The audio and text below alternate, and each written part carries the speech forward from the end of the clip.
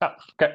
I will get going then. So I have your report up here. Much like last time, we'll take you through kind of four main categories of slides. We'll spend the least amount of time on blue. That's your background information, but nothing new on that slide or slides.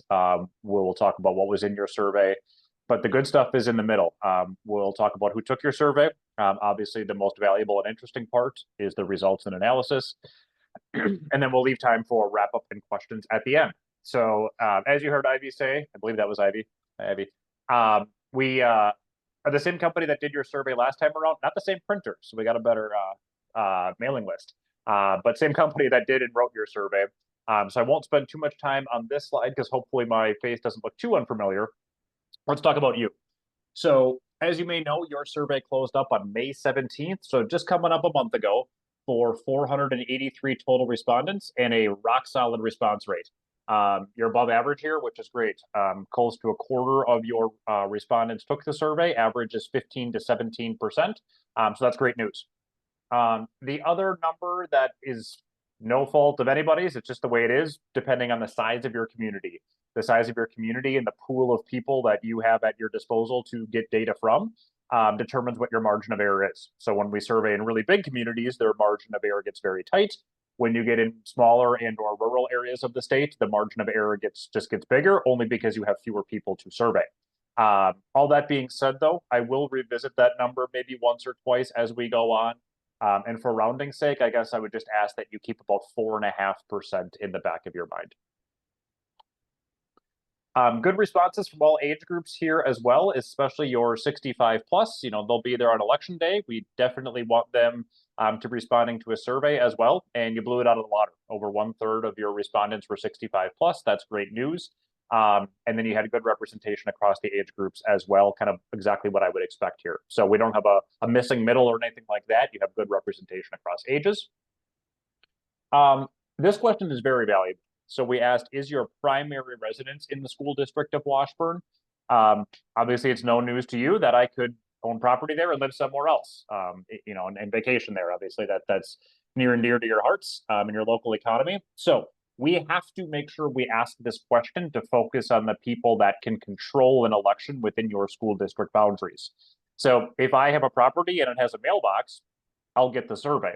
Um, or even if I live in Ashland or Bayfield and I'm a staff member and I commute from elsewhere, I'm going to get the survey because I have an email address on file. Same thing with any parent who open enrolls into the district, but by definition, they don't live there or they wouldn't need to open enroll in. So there are people that may not live there full time, but do get the survey. So point of all that is though, we are going to focus on the 85% because they are the ones that have an opportunity to control an election within the school district of Washburn. You had representation from all municipalities here, and in fact, your three townships had better representation this time around than they did last time around. So that's great news. And then another important question, not so much for right this second on this slide, but it's going to lead us down a couple of subgroups that we talked about last time with you. I believe that was in January I saw you last. So we're going to want to know how staff feel. We're going to want to know how parents feel. They're on the right. But then a really key group is the no-no, the non-parents, non-staff. We'll talk more about them in just a second. But these two questions are how we can slice and dice to get those three groups: staff, parents, and non-parents, non-staff. Also, really good representation here. We certainly want your staff and parents to take the survey, but we don't want them to be the only people taking the survey because they, in general, are just more supportive of a potential referendum. So if your data was dominated by staff and parents, your data could run the risk of being a little bit inflated, but that's not you here. You have plenty of no's on this slide, which will help us get to three good subgroups coming up on the upcoming minutes and slides. Moving forward, as you continue to do communications, whether it's before a potential referendum, whether it's before a kindergarten through eighth grade concerts before the holidays, whatever the case may be, whatever it is that you're looking to have people know about, you have really good data here to know how people want to know about you. So it doesn't say how do you currently get information? It reads, how do you like to? So it's a preference question. So this is kind of the best bang for your buck. If you want to reach non-parents, non-staff, they are in purple, and that's how this slide is ordered in descending order. So they really want to hear about you by newsletters. 60% were checking the newsletter box. And then I would say in kind of the tier 2 level, if you really want to catch the non-parent, non-staff group, they want to learn about you in the Ashland Daily Press. They will learn about you on your website, and they will learn about you via Facebook. So whatever you can do to make sure that you get the articles you can in the daily press, or making sure that your website is very up to date, as along with your Facebook page, that'll be really important as you try to reach and communicate with folks. Your parents are a bit more balanced. Like any district, they really want you to email them. And then again, you're kind of seeing a tier 2 here in blue. Newsletters, the website, Facebook, and then to some extent phone notifications as well. The other way to look at this slide is the other side of the coin. Where do we not put a lot of our time, money, and effort, because we're just not going to get a lot of bang for our buck? People just start learning about you via TV and radio. Don't spend a lot of time creating an Instagram page if you don't already have one. And same thing with Twitter. It's not going to garner a lot of eyeballs as opposed to some of these other avenues. Blue slides. So again, I'll spend the least amount of time on this because this is exactly word for word what was in your survey. And I know you're intimately familiar with this now. So I talked a little bit about your financial situation and how your tax mill rate, the trend of that over the past few years, and along with comparisons to the state and being consistently below it. Your survey talked a little bit about how you worked with Myron to study the condition of the middle school, high school, especially some of those issues that you're asking respondents to help you solve, noting what you've done out of your own budget, and then noting that what's remaining, though, is just simply too expensive to be covered from the annual budget. Therefore, you are exploring a capital referendum, which is something that doesn't make you alone. This is something that nearly every school district has done over the past 25 years, 9 and 10 to be exact. So this is certainly not a Washburn thing. This is just about everybody in the state uses referendums to fund this type of work. Then, as a survey taker, if I knew what the problems were, then I got to know, well, what are you going to do about them? And that was the purpose of this page here. So talked a little bit about the fact that while you studied a new school, the cost to build a new school is beyond what you're legally allowed to borrow. So that wasn't going to be an option for you. So instead, what were you going to do to update and maintain and replace and repair the current building, the current middle school, high school? So we had a list of things that you were going to do at a cost of 13.9, and also a shout out to the Long Range Planning Committee as well. Now we're in green. So this is why we're here tonight. These are the most valuable slides. The question read, would you support a $13.9 million referendum to fund the Priority 1 base plan? In other words, the projects that we just talked about. Once again, we're only focusing on residents, the folks that can vote within your district, and this slide is only staff. Overwhelmingly supportive, nearly 9 in 10 said yes to the plan.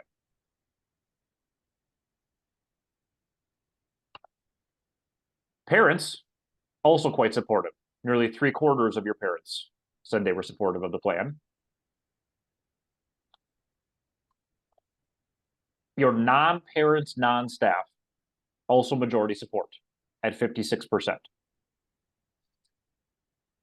The reason we do this way, and I'm going to kind of bring all these threads together on the next slide, all of these groups are really important, but there's not the same number of people feeding each of these slides. So staff are arguably the most influential people in your community when it comes to a school project. They are the ones that are going to get stopped, whether it's at a softball tournament or in the grocery store. They are the ones that are kind of the first ambassadors that people will ask about the plans at school. So we have to know what they think. Very influential, but there's just not that many of them. In any given election, your staff will make up about 1% of your voters. So you got kind of a scale there. Really influential, not that many of them. Your parents are in the middle. Very connected, very engaged by definition of being parents. They're about 1/4 of the community. So whenever I see non-parent, non-staff, or whenever I see purple, they'll always be represented in purple. I always put my eyes there first for no other reason than most folks in your community, to the tune of about 75%, are encapsulated on this slide right here. This is where most of your voters lie. And the biggest chunk of your community, over majority, is saying yes to your plan.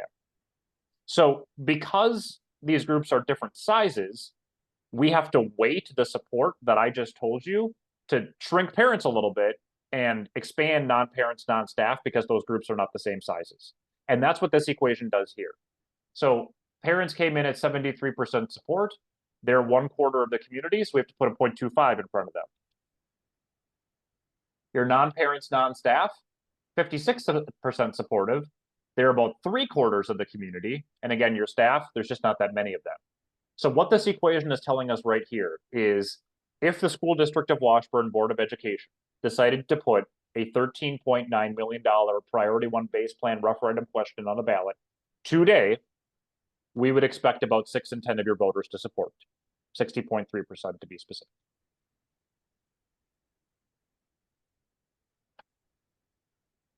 Obviously, that was not the only part of your survey. There were other slides here that were then some other maintenance or repair pieces that you'd love to do. You're exploring, you want feedback, but they didn't necessarily rise to the same level of importance as your priority one projects. And there were 3 levels here. So priority one, we just talked about. Then there was priority 2, priority 3, and priority 4. What the upcoming slides are going to show you is what percentage of respondents said they'd be very likely, somewhat likely, or not likely to support the project. Depending on what I said, my score was given a different number behind the scenes. So if I was very likely to support something, it was a 3.00. If it was kind of on the fence, somewhat likely, it was 2.00, and not likely is 1.00. In other words, the easy way to say that is the higher the number, the more likely people are to support it as and when you decide to put it on a referendum. But I got to be between 1 and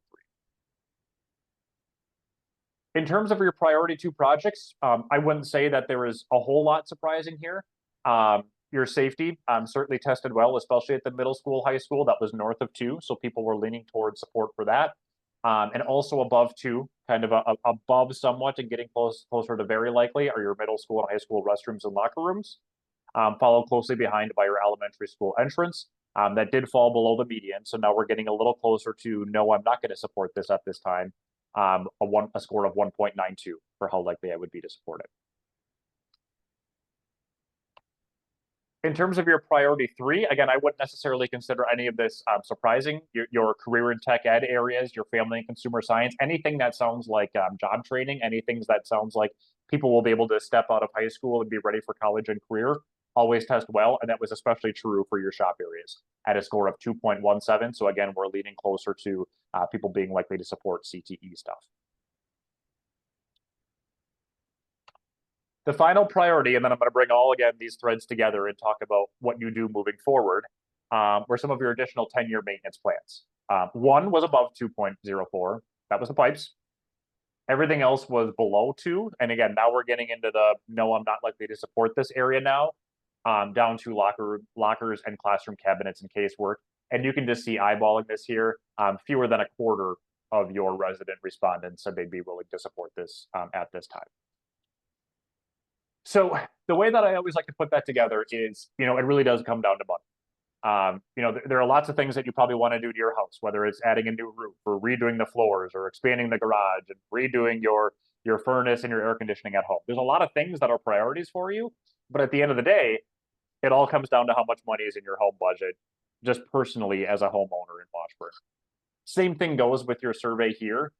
People might think, a lot of these are priorities, but at the end of the day, it's how much money am I willing to see leave my wallet in order to fund what you just told me. So it definitely comes down to money here. So what we did is we repeated some information. We said that priority one base plan, which at this point was coming in at about 60% support, we wanted to remind people that that was a total of 13.9 million.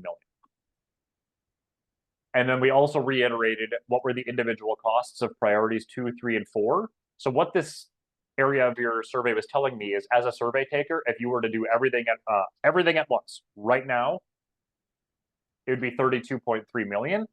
But your survey also disclosed, like, look, folks, we know that doing everything right this second is not realistic. Therefore, we're going to take your data and we're going to decide what appetite you have in terms of supporting this through a potential referendum.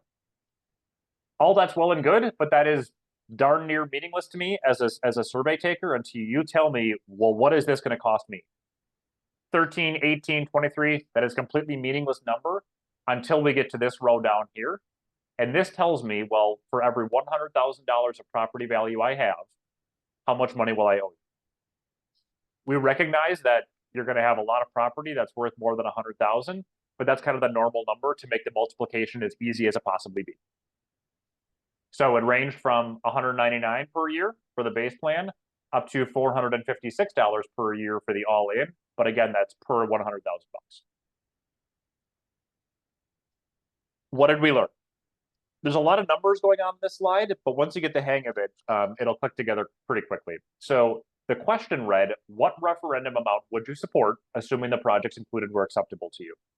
So we still have our same subgroups here. Our non-parents, non-staff are on top, followed by our parents, followed by our staff.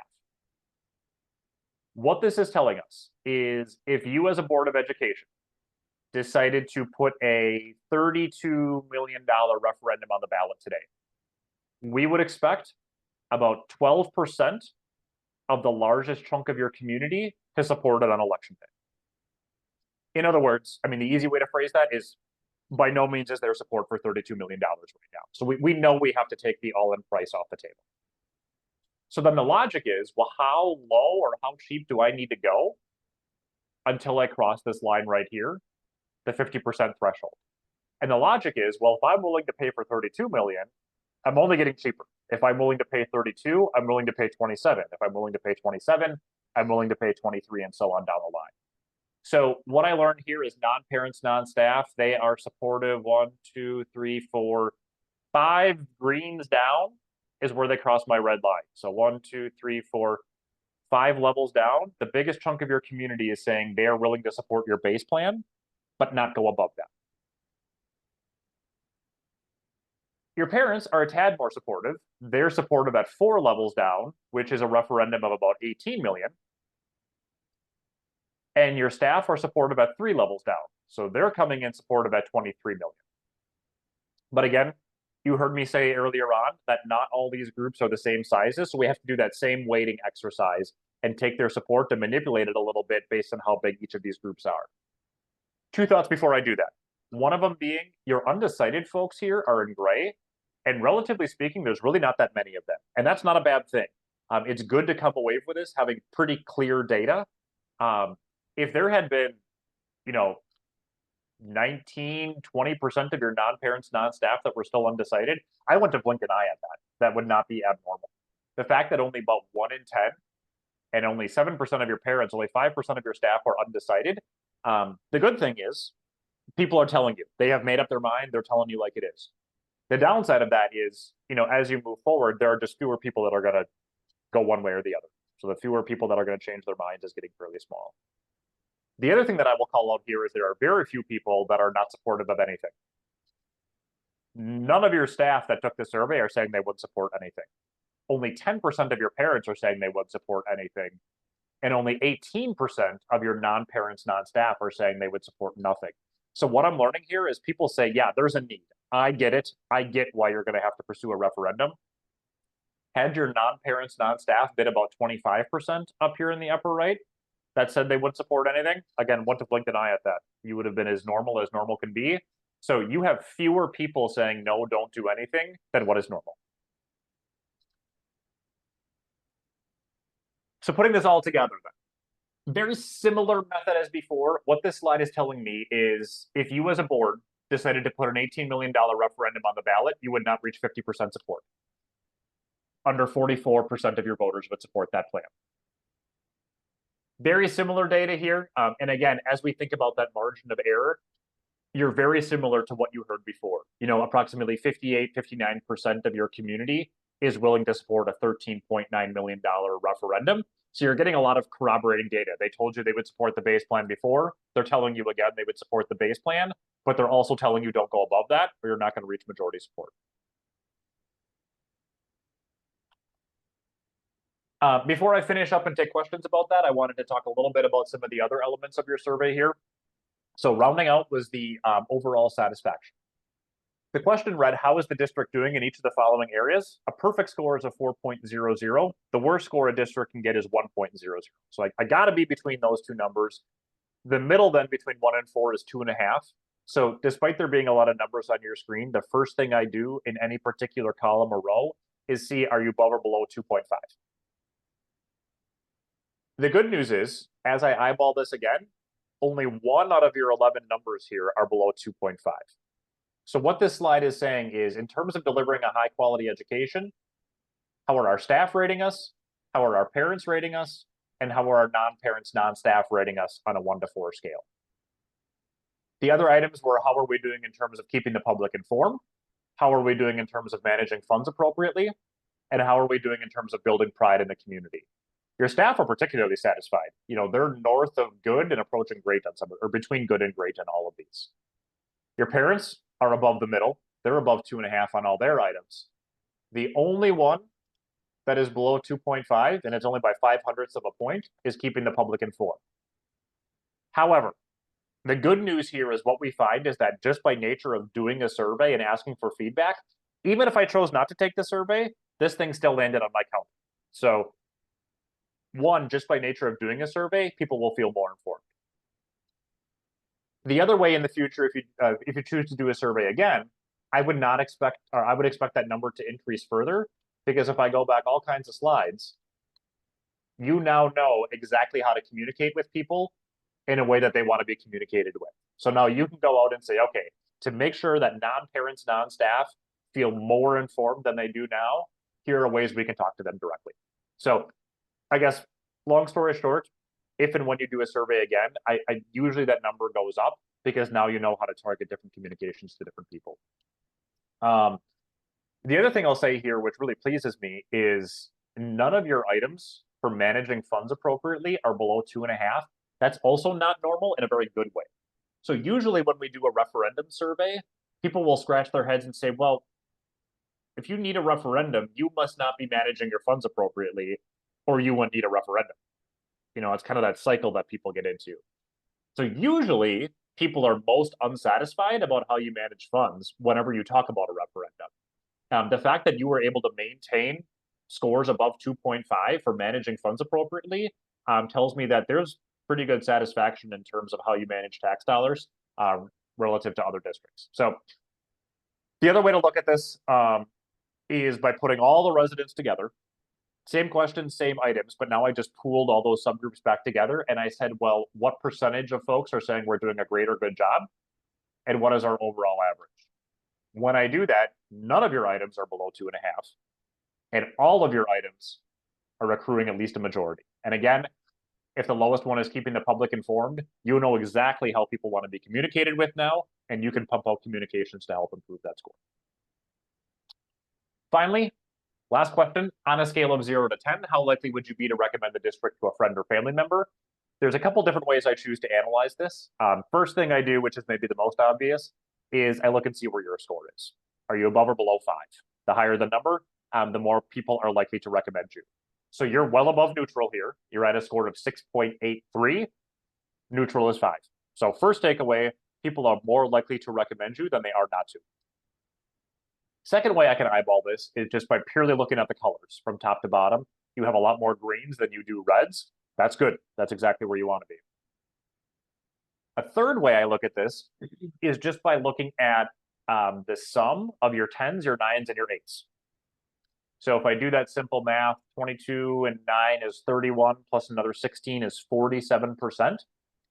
The reason that's so important is anybody that gives themselves a 10 or 9 or an 8, the research behind this question suggests that they are willing to act as an ambassador on your behalf, which means that they will go out and talk well about what you're doing to friends or family members, even outside of Washburn, without you having to do anything about it. They are going to be the ones that are going to strike up that conversation. And nearly half of your folks are in that 8, 9, or 10 category. And that's a really good place to be. So you have people out there talking good about you, and you don't have to motivate them to do so. When you bring in your 6s and 7s, these are people that have a positive association with you. They're just not necessarily going to strike up a conversation about it. But when I do that, if I remember my number right, I think I was at 47%, so I added another 13, I'm at 60, another 7, I'm at 67%. So exactly 2/3 of your survey respondents have a positive association with what you're doing. Now, you didn't do a satisfaction survey. You did a referendum survey, and I recognize that. So why do I spend 10 minutes of your night talking about these? I talk about them because these are things that you have to have in place before you even consider a referendum.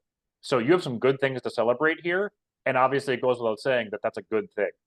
So let me flip that around and talk about what if these weren't good? Well, if I don't feel like you tell me anything ever as a resident, if I don't feel like you're managing my tax dollars well, if I don't feel like you're a source of a pride in the community, there's no way I'm going to raise my property taxes. Nobody says, well, I really don't think you do a good job with taxes, but let me give you more taxes. Nobody thinks like that. You have to have these hurdles cleared before you put something on the ballot, and you cleared the hurdle. So again, I know I spend a lot of time on these, but A, I think there's something to celebrate, and B, I'm happy that you cleared these because you have to before anybody sees a potential tax increase on their ballot.